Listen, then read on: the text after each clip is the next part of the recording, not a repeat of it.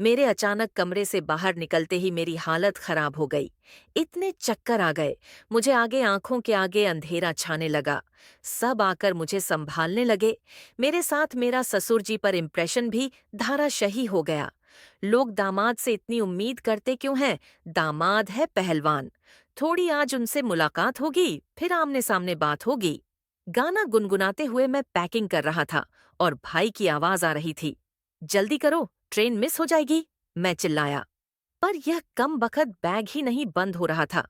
माँ ने इतने सामान दिए थे कि बैग ही बंद नहीं हो रही थी।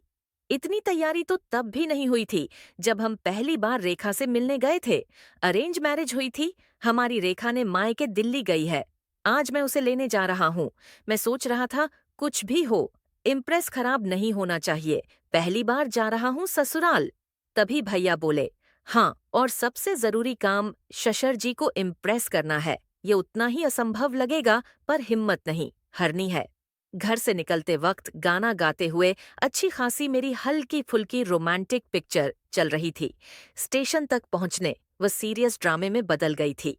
ट्रेन में पूरी रात मुझे यही सोचकर नींद नहीं आई कि मैं अपने ससुराल में 9 बजे उठूंगा तो चलेगा ना। टेंशन में नींद भी नहीं आ रही थी। सुबह 10 बजे दिल्ली आ गया मैं। मैंने ट्रेन में ही सोच लिया था, जब वह कुल्ली को बुलाएंगे तो मैं कुल्ली से बात करके पैसे कम करवाकर उनका दिल जीत लूंगा। लेकिन भाई वाह, कितना अच्छा दामाद है, पैसों को कितना बचाता है। मैं सामान लेकर ट्रेन से उतरा तो सामने मेरे ससुर जी मेरे 2 सालों के साथ खड़े थे। उन सब ने मेरा सामान उठाया। कुल्ली बुलाने की बारी ही नहीं आई। मैं अगले मौके की तलाश में था। वह अगला मौका मिला। खाने की टेबल पर मैं, मेरे ससुर जी और लंबी खामोशी थी। पर फिर भाभी की आवाज आई, लीजिए, नाश्ता आ गया। मैं भर पेट नाश्ता करने के बाद जब मैं सौंफ लेने के लिए लेने के बहाने रेखा के पास गया तो उसे सौंफ का डिब्बा नहीं खुल रहा था। तो मैंने खोलने की कोशिश की। तभी बच्चे कम ऑन फूफा करते आ गए। मैं पूरा जोर लगा गाए जा रहा था और मेरे पास भीड़ बढ़ती जा रही थी। पहली रेखा की भाभी किचन में जाते जाते बच्चों का शोर सुनकर रुक गई। फिर उनके भैया, फिर ससुर जी। इतना प्रेशर था मुझ पर कि पंखे के नीचे पसीने आने लगे। ढक्कन कुछ खिसका और डिब्बा मेरे हाथ से जरा गिर गया। पूरी सौंफ जमीन पर फैल गई। डिब्बा जमीन पर घूमते घूमते ससुर जी की पैर में जा पहुंचा और मैं फिर से फैल हो गया। सास बहू पर डोरे टीवी सीरियल है। कितने ससुर दामाद पर की, इसलिए महिलाओं के लिए काम बड़े आसान हो जाते हैं। बहू सास को कैसे इम्प्रेस करें, सास बहू को कैसे इम्प्रेस करें, बिना शादी के, उन्हें इन सब चीजों का टीवी सीरियल देखकर मोटे मोटे तौर पर अंदाजा हो ही जाता है। लेकिन दामाद ससुर को कैसे इम्प्रेस करे, इस पर कभी किसी ने टीवी सीरियल बनाने का विचार ही नहीं किया।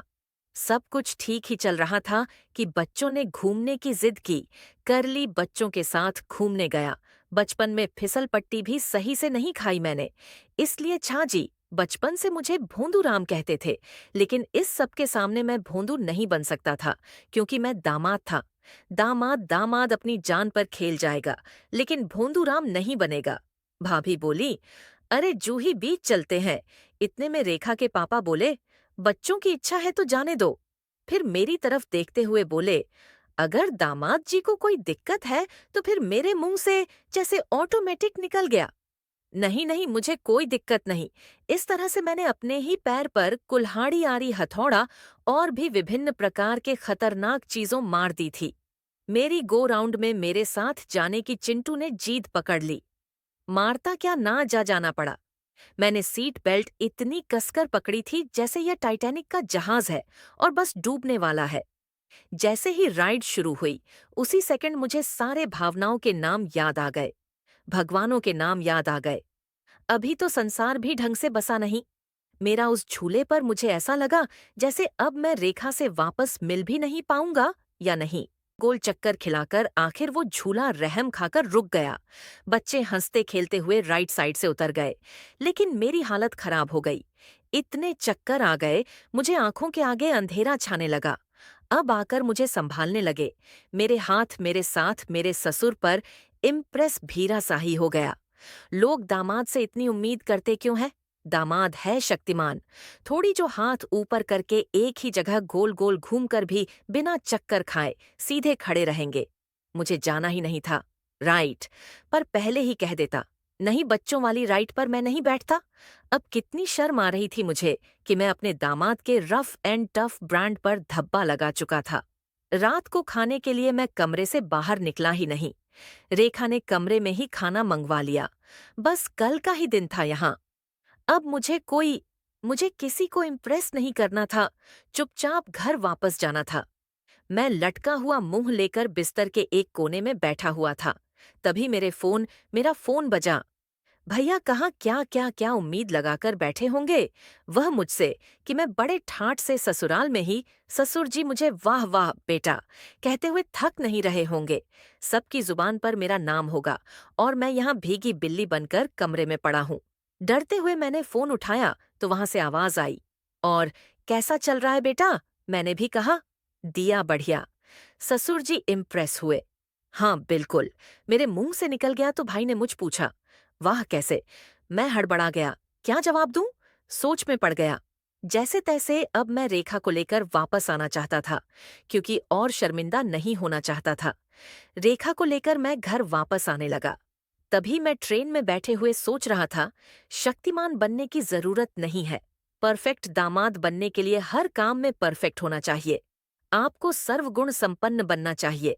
बनना जरूर नहीं, कोई और बनना जरूरी नहीं।